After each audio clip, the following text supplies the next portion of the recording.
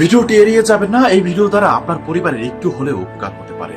আমাদের প্রত্যেকের পরিবারে ছোট ছোট সোনামণিরা রয়েছে যাদেরকে আমরা দোকানে নিয়ে এরকম ক্ষতিকর খাদ্য দিয়ে থাকি।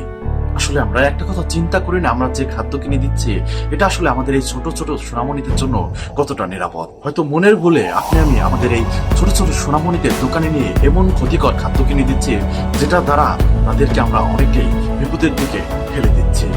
বিশেষ করে ড্রিঙ্ক জাতীয় খাদ্য বাচ্চারা বেশি পছন্দ করে থাকে, তবে এগুলো তাদের জন্য কতটা নিরাপদ এটা কিন্তু আমরা একটাবারও চিন্তা করে দেখি না।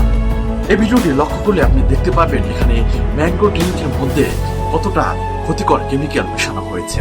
এটা যদি কোনোভাবে আমাদের পরিবারের ছোট ছোট সোনামণির দেহের মধ্যে প্রবেশ করে তাহলে কত বড় ধরনের ক্ষতি হতে পারে সেটাকে একটাবার আপনি কল্পনা করেছেন?